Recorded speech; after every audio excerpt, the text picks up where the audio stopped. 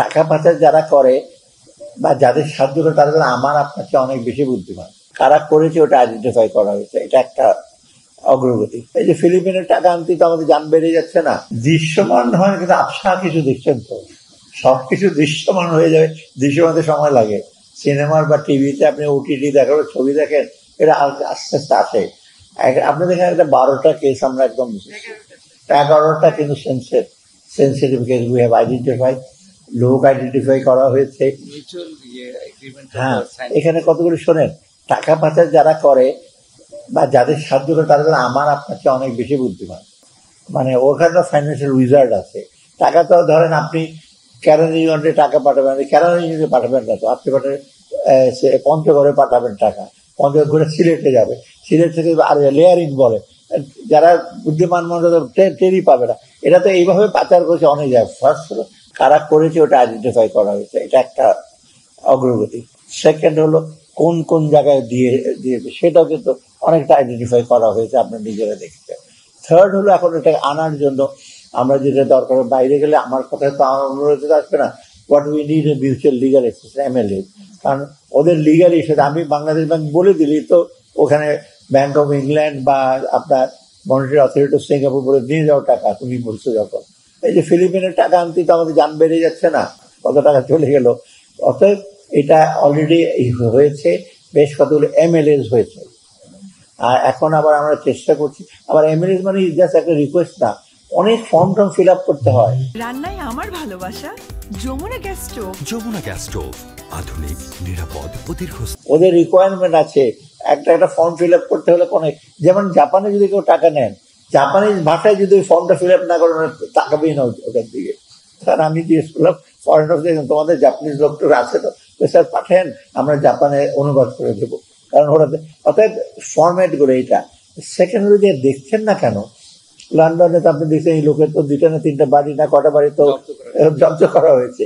সিঙ্গাপুরে আরেকজনেরটা সে দৌড়াদৌড়ি করছে, one of the best lawyer hire করেছে, আপনার জানে এলিজাবেথ কি জানি নাম, they are the best lawyer. ওইসব লয়ার হায়ার করতে আমরা সারা জীবন সঞ্চয় দেওয়ার একটা হায়ার করতে পারবে না, ওরা মিনিটে মিনিটে টেলিফোনে কথা বললে ওটা চার্জ করে কত পয়সা।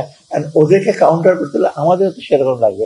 Recently Bangladesh bank is talking with some of the good lawyer, কারণ এদেরতে কনফিডেন্স।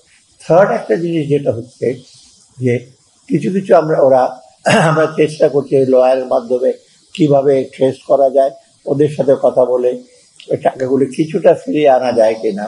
একেবারে হয়তো এসে আসে নাই টাকাগুলো ফিরে দেবার প্রসেস হচ্ছে। একটা জিনিস কিন্তু আমি শুধু টাকা ছাড়াও একটা জিনিস দেখবেন, এটা this is giving a message, এটা কিন্তু আমাদের একটা উদ্দেশ্য। টাকা ফিরে আসবে সেটার চেয়ে হলো কি একটা বাণী একটা সতর্ক বাণী দেওয়া যে ভবিষ্যতে কিন্তু করলে আর 15 বছরে তো এরকম কোনোদিন কেউ করে নাই তো।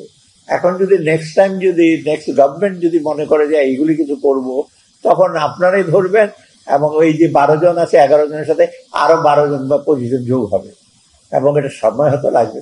অর্থাৎ this is a good message. এখন কিন্তু অনেকটা হয় কি এটার জন্য অনেকে আবার অ্যাকাউন্ট খুলতে চায় না, ব্যবসা ইসে করতে ধরা পড়লে তো বিপদ। কারণ আগের মতো এরকম একটা পানিটিভ অ্যাকশন তো এর আগে নেওয়া হয় নাই। আপনি থ্রু যে পারলে আমরাই সবচেয়ে খুশি। যেমন আমি বলি যে এই যে IMF এ $1.3 বিলিয়ন আনছি, এই যে 40,000 কোটি টাকা একজন নিয়ে চলে গেছে, ওর 40,000 কোটি টাকা পেলে তো আমার IMF এ যাওয়া লাগছে না, তাই না? এটা তো আমাদের টাকা, ওইটা আমরা কিন্তু পারছি না। তবে দেশে কিন্তু অনেকের সম্পত্তি এটার সাথে ফ্রিজ করেছে, আপনারা জানেন। যেগুলো হ্যাঁ, যেমন সালামের বোধহয় হয়েছে, আরো কয়েকটা, এগুলো ইজিয়ার আর কি, বসুন্ধরা আরো কয়েকটা। আর বেক্সিমকো তো আপনারা জানেন, ওটা তো পুরোটা নিয়ে নেওয়া হয়েছে। এখন বোর্ড সিকিউরিটি এক্সচেঞ্জ কমিশন একটা বোর্ড করে দিয়েছে, ওটা আমরা চলে গেছে। বাইরের গুলো আনা একটু ডিফিকাল্ট, সেই জন্য এটা আই এগ্রি।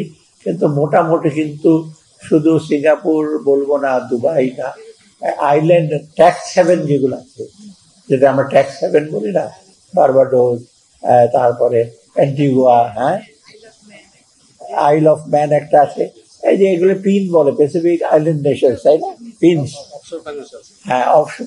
ওখানে আমরা অলরেডি কিছু টের পেয়েছি, কারণ ওখান থেকে আমরা একটু ডিফিকাল্ট কি ওরা ট্যাক্স হেভেন, ওদের নিয়ম কানুন কিছু বার করে না। অর্থাৎ মোটামুটি কিন্তু আমরা ওই যে সেন্সেশন আরেকটা বিষয়, সেন্সেশন কেস না শুধু, আমরা আবার একজন মিটিং হচ্ছি 200 কোটি টাকা যে আছে তাদেরকে একটু এখন ধরে, মানে 200 কোটি টাকা কিন্তু খুব কম না। হ্যাঁ, ওই যে 100, আমার এই যে আর্থিক প্রতিনিধি সচিব বলছে 101 টাকা নাকি সে তারা অলরেডি দেখে ফেলছে। এর মধ্যে আপনাদের অনেক বন্ধু বান্ধব থাকতে পারে, দেখবেন দামটা যদি এখন না বলা যাবে না। 200 কোটি টাকার বেশি তো অনেকেই তো সুপ করেছে, তাই না? আর যাদের কথা বললাম 11টাকে তো হাজার হাজার কোটি টাকা।